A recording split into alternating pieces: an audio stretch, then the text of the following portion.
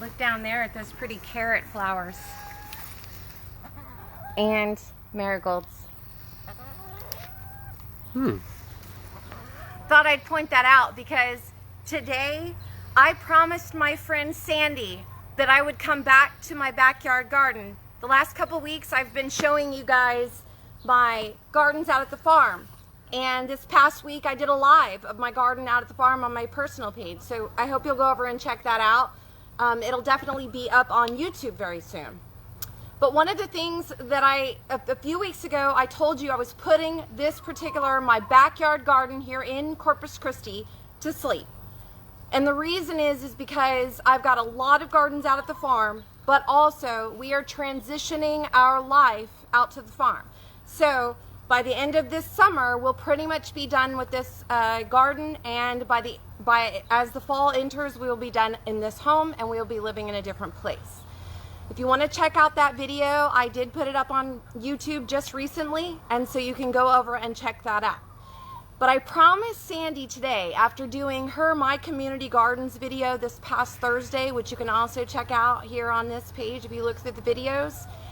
And with those videos, I'm going around to my friends and I'm looking at their gardens and I'm asking them what they've learned.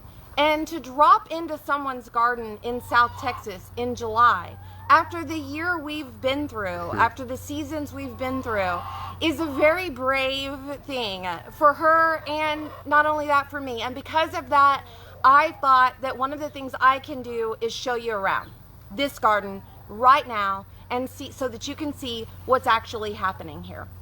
Now, over the years, if you've been paying attention to the way I garden and the way I teach gardening, you will know that I have said in the summer of 2019, I was really struggling with some health issues. And because of that, I pretty much ignored my garden. And I pretty much put it to sleep that year. And I talked to a lot of people about the way that we develop our gardens in a way that makes it easy for us when our life has to shift.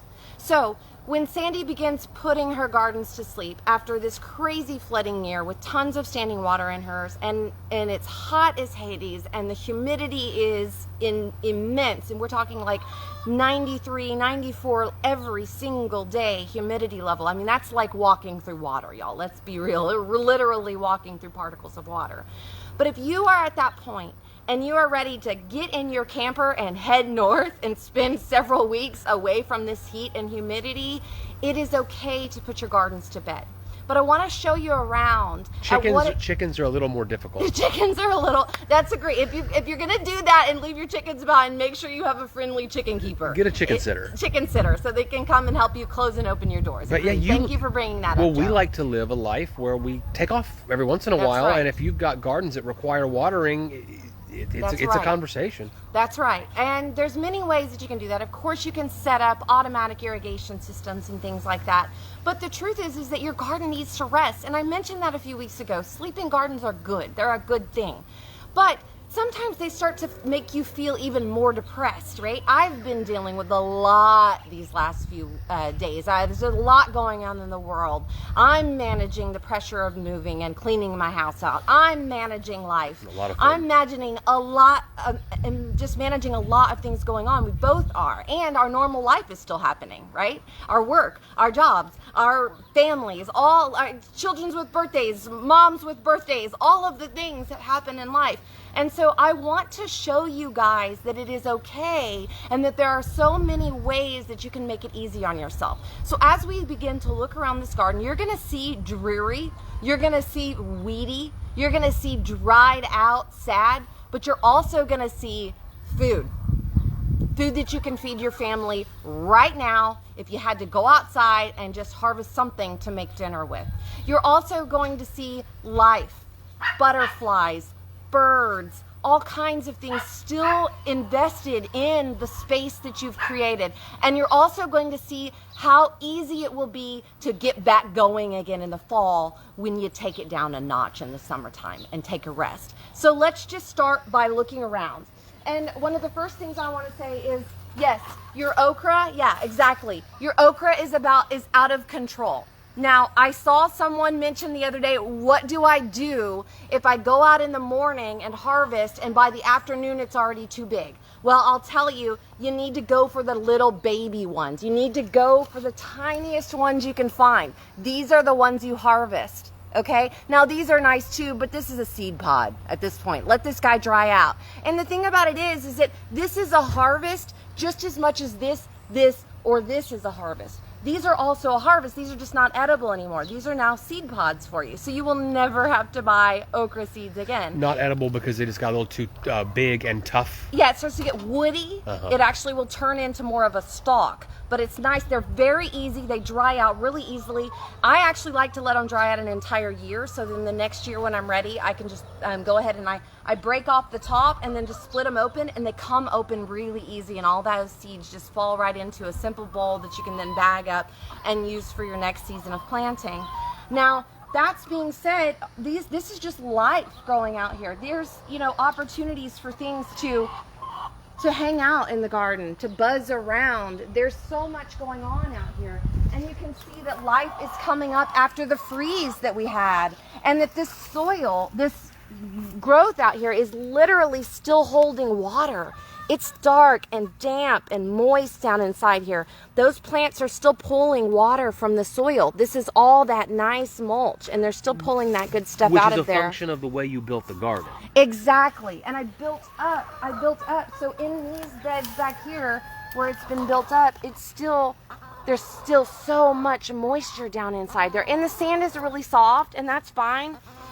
Things are soft. So when I get ready to go back in here, or when the next person, because I'm not going to be going back into this garden, but you're going to be going back into your gardens in the fall. When you do, did you see how easy it was for me to just dig a hole where I can very easily pop in my next broccoli, my next cauliflower, my next spinach, whatever it is I'm planning to put in the fall, the carrots, whatever those types of things you're looking for. But one thing I will tell you is you can see that, there's just a lot of growth happening out here. I actually like to call this a food forest. I also have noticed that after the freeze, this section really came back up again. I left this sunflower in here because I needed there to be some growth. But in the meantime, look how many new Turk's caps I have. And if you've been watching this garden, you know that what froze right here in the center was a Turk's cap plant that just froze to the ground. But now all around it, I have... for the monarch butterflies, I can't remember what this is called. I'm having a brain fart. Help me out. What is this called, my friends? Joe? Lantana. No. This is... Chrysanthemums. Oh my God, my brain is having a moment. The one that the butterflies specifically like? Yes. Oh, give me a second. Why can't I think of it? I don't know. James Hunter says I love butterflies. So I think we're old. I think that we're not old. I take it back. First of all, you're not going to bring me into your my problem. Depression, right? No. Depression? There's no reason to get depressed about being old. There's only a reason to get depressed if you go see the movie Old. But that's another story. We saw that last night. Ugh. Anyways, here's a moringa that has come back, and look, it's coming back. Boom, boom, boom, boom from one moringa plant. This is food, and very, very good, important, edible food. Of course, these flowers from the Turk's cap are your edible flowers to make your beautiful fruit salads. The red ones there? Yes, absolutely. And all of this stuff came back because of the freeze. Now, granted, if you completely ignore your pots, and I mentioned this a couple weeks ago, you have a responsibility to a plant in a pot because it doesn't have the ground connection. When it has the ground connection, Gaia takes care of it. Nature takes care of it. If it dies, it dies, but when it's in the ground, it has its own control and ability. But when you've created space around it like a pot, your job is to make sure it doesn't look sad and weepy like this lady does. So are you, by making the purposeful... By the way, Lisa says, we are young at heart. Yes.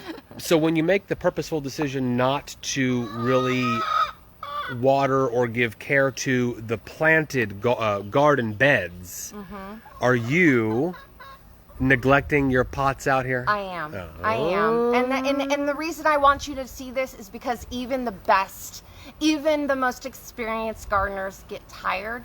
They go on vacation.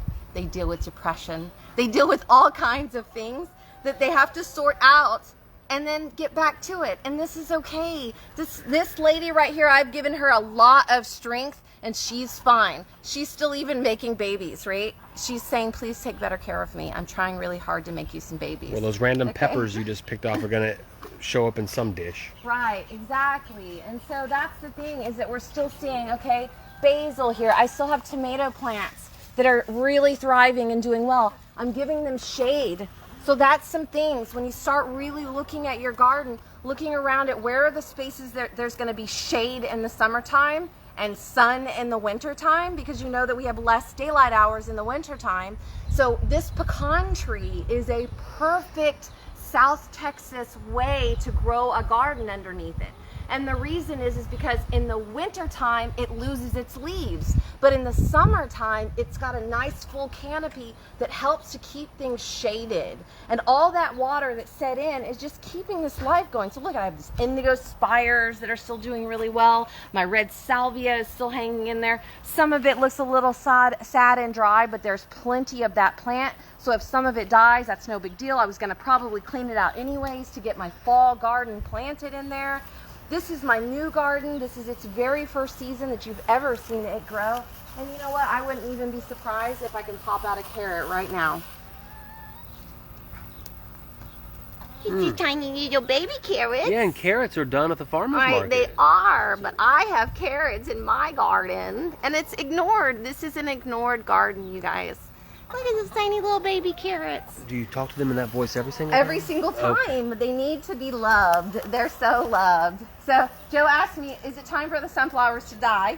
No, not necessarily, but these sunflowers are clearly dead. Well, that's a function of full sun, because the ones underneath the pecan tree seem to still be going. Well, those over there still have full sun.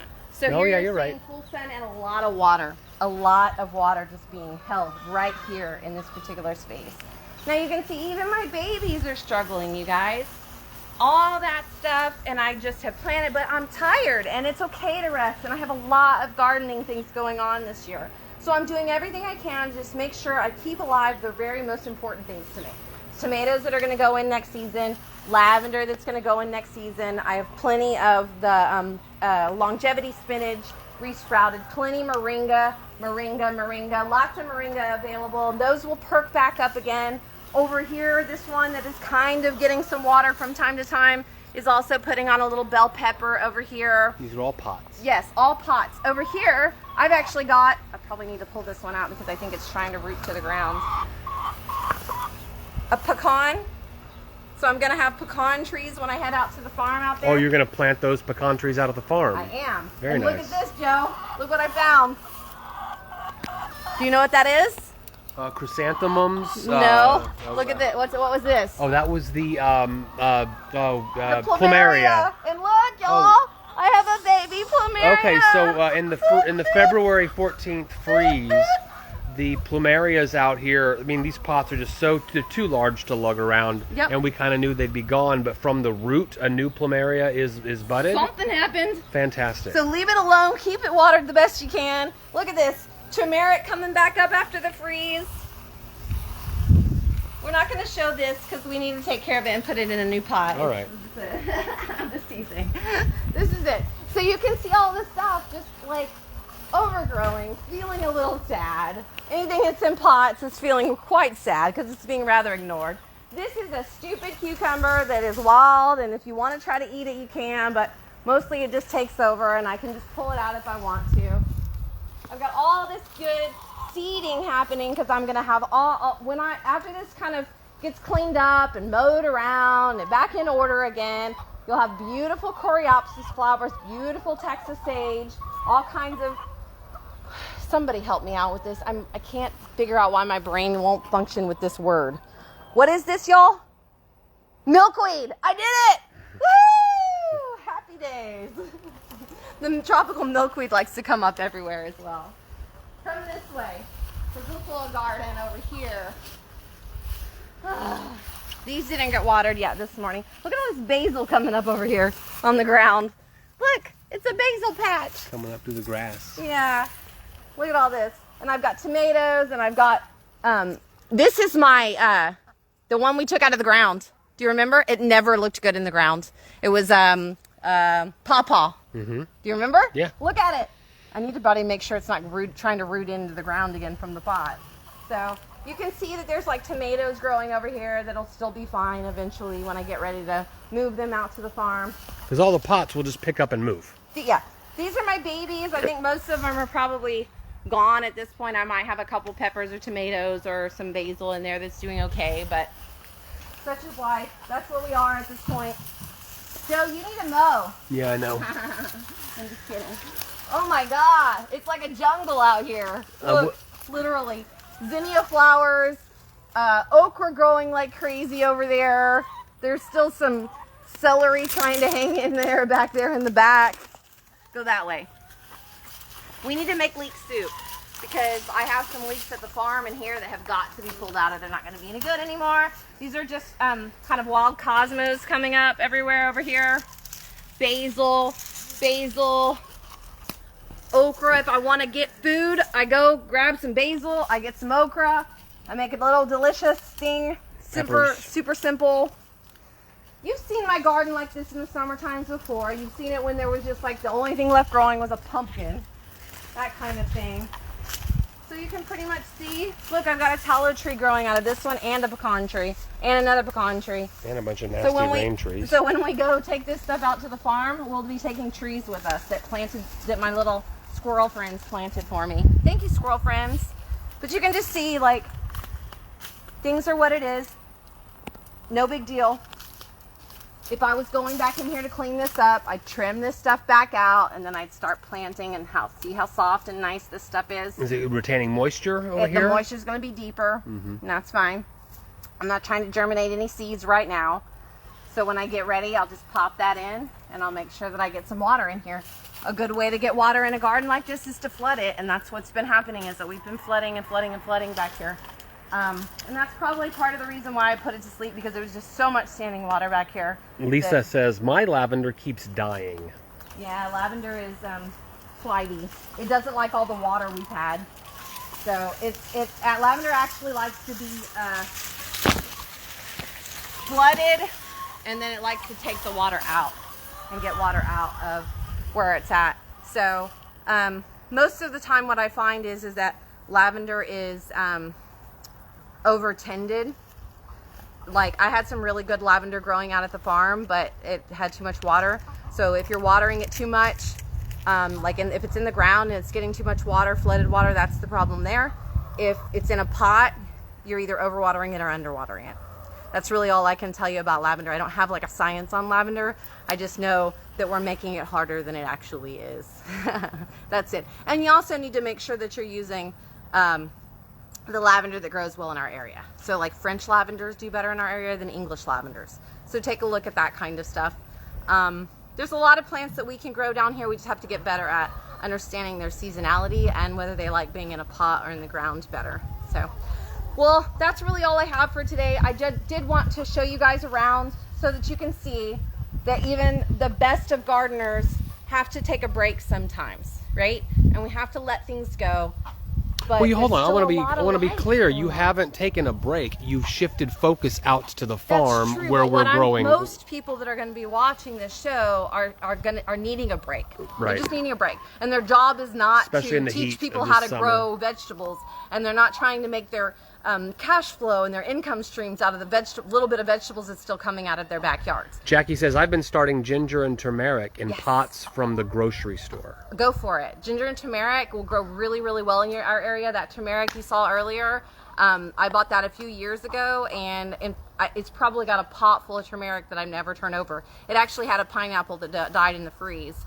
So at some point this year, I'll probably turn that pot over and see how much turmeric I can get out of it. But I am excited to continue growing more turmeric, more of the ginger, just like you mentioned, and lots of things as we move forward to the farm. Honestly, unless some big thing happens where I need to really show you guys this garden again, this is probably our last tour of this garden. I may do a tour as we clean it out and get ready to take the last of and leave it behind. I think that'd be valuable. Yeah. Do a clean out show for folks that are not moving. Right. They're just going dormant. Right, exactly. So we'll probably do something like that. But I love you guys, and as you're thinking of me, to send a little love my direction, because I am feeling a bit like a lot of pressure from this. It's time for me to shift my life in a massive way and do a big clean out. And Joe and I have been living in the home we're living in here together for the last 7 years, and that's been pretty much our entire relationship. And so this is a big move and a big transition for us. And in the meantime, we're still keeping up with all of the other things that are happening in life, including all of the big time videos that I'm doing on YouTube now. If you will, please go over, and if you're watching this live, go over to my YouTube channel, check out some of the old videos from the past. Subscribe, like, comment, please. I will answer questions on there. If you're catching this on YouTube, please subscribe, like, and comment. And for those of you that haven't heard yet or want to be reminded, the podcast launches every Monday morning. That's Dinner Table Talks. You can find it on dinnertabletalks.com, but it can be listened to on any of your podcast radio listening devices. You can find it there very easily. And we're about to celebrate our 100th episode next week. But I will tell you, these last few episodes, I feel like we're just getting progressively better and better and better at it. How do you feel? I agree. Tomorrow's episode is about last weekend's camping trip. Oh, yeah. And so we went out of town. Yeah. Right. That's one of the reasons why the grass is overgrown. Right. But and left our chickens untended, and everybody was fine when we got home. Now, I'm not suggesting you do that, though. I will suggest... Get a friend. I will suggest that people listen to it and try to really tune in to the part about the green light in the tent. The green... Are we talking sex life again? Bye. I love you. Have a wonderful week. Happy Leo season. Thank God.